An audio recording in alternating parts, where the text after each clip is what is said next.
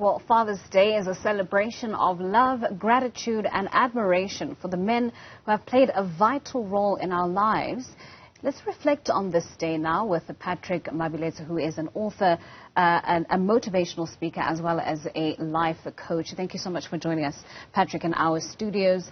You have, of course, written this book, Chronicles of a Fatherless Son, as we attempt to have a conversation around what it's like to be someone in South Africa growing up without a father. And it could be for a number of reasons. Maybe he's passed on and he's no longer here. But I think for our context in our conversation, for a lot of them, it is because of absent fathers. And I think a couple of years ago, StatsSA released this horrific stat that said roughly about 70% of black children grow up in households with absent fathers. How does someone in that kind of an environment deal with a day like this, where there's so much love and celebration given to fathers? First of all, thank you so much, Ntokozo, for having me. It's a beautiful show.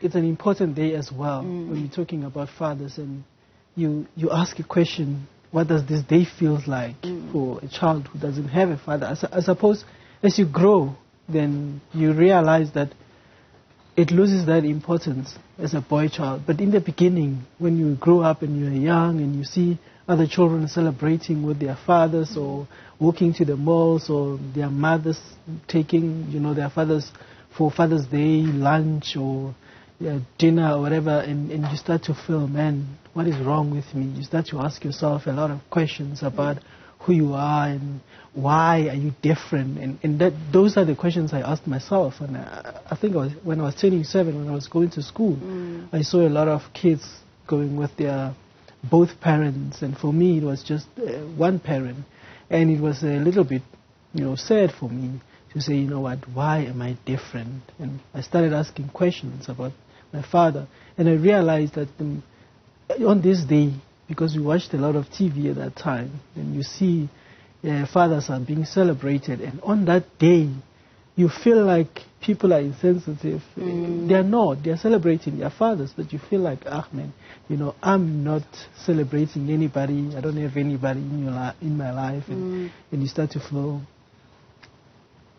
neglected. You start to feel all sorts of emotions. Less than, different. There's a void. I mean, the words that you used to describe it make complete sense. What's curious for me is the fact that it's such a phenomenon, right? That figure, 70% of black children growing up in households with absent fathers. Why aren't we having more conversations around what are the sources? What are the problems? Where are the fathers? Why are they absent? Like, what are the causes? What are some of the kind of maybe anecdotal tales or stories that you've come across in your line of work of people who have struggled with fatherhood and have opted to be absent as opposed to being present fathers? Because it's not just about being physically present in the house, but the child actually feeling the presence of a father around them in their everyday life.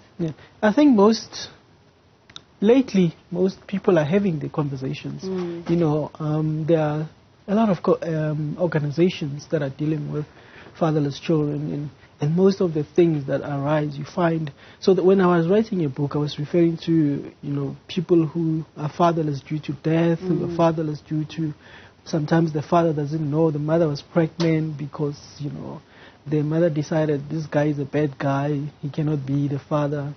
Or sometimes the father just walking out, right, and divorces also. But one thing that people don't realize is that in that percentage, 70%, there's also another 10% of fathers that are in their house but are not really present.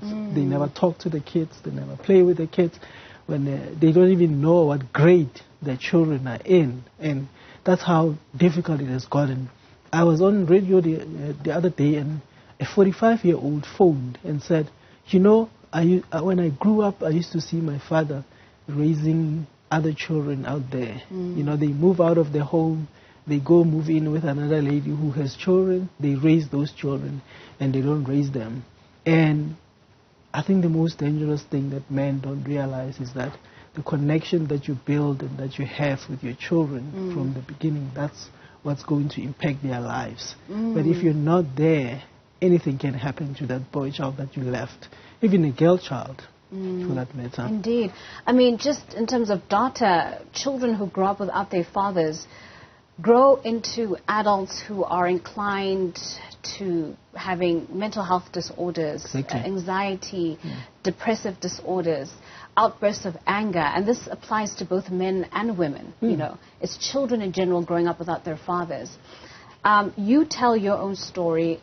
How did you work through that? How did you get over the hurdle of accepting that, okay, there is this void in my life? As a child, I'm powerless to do anything about it. As an adult, there are things, there are tools that I can start putting in place in my life to make it more meaningful, and most importantly, so as to not repeat the cycle, to let it end with me, the experience of being raised without a father. I think one of, when you say getting over it, I don't know if anyone ever does. Right. There's always that hole that says, I wish he was here. You know, there's always that thing to say, when you're struggling with your own kids, to say, oh, if my dad was here, he was going to help.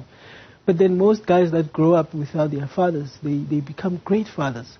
But the only problem is you can't be something that you were not taught. Right? What are you using to reference? Exactly. Yeah. You know, and in the beginning it becomes so difficult, and you're trying your best, and you know there's conflict there. You don't know how to resolve it, and a lot of things happen, right? And you're trying to teach your children the experience that you never had. You're starting over, but if you don't give up, then you end up getting it right. Because if you realize one thing that I realized about my kids is they teach me how to be a father. They teach me how to treat them, you know. And you spoke about anger issues that most boys will have. They get into drugs. And I remember some guy, he got into drugs, he was in prison, and they asked him a question, you had a father in your life, what happened? And he said, no, my father didn't give me the attention. The only time he gave me attention was when I did something naughty. So I did naughty things, and then he noticed me, and then it kept going and going. And then when your parent looks at that, they say to you, oh, you're a naughty child. But they don't understand that if they don't give you attention, you're going to find it. And that's how gangs and naughty people get your son. They get him because they love him, they hug him, they tell him he's special, and then he falls for those things. So he gets the acceptance in the completely wrong place. Exactly. Well, I suppose just to close the conversation, you've written a book about how you have managed to deal with your own trauma, having grown up without a father. You've talked about how there are organizations that are trying to raise awareness around this social crisis. Yes. And get men to talk about what needs to be done. Are you feeling hopeful about the work that's being done to try and address this problem? Or do you feel as though, as South Africans, we're sort of just turning a blind eye and accepting that this is a reality, that our men do not stay and raise their children? I think the most men that I've encountered are showing hope. But you can't change something that has been happening for 100 years. You can't change it in 5 years or 10 years. It takes time. But the new generation that I've experienced, they love their kids. They are there for their kids. They're no longer sending their kids from Joburg to Emakaya to be looked after by grandparents. They look after them. It's a struggle in Joburg with everything, Right. But they are there for them. They take care of them, and I think it is changing a little bit. But we give it time, and we keep working at it. Well, Patrick, thank you so much for coming onto our program and sharing your insights with us.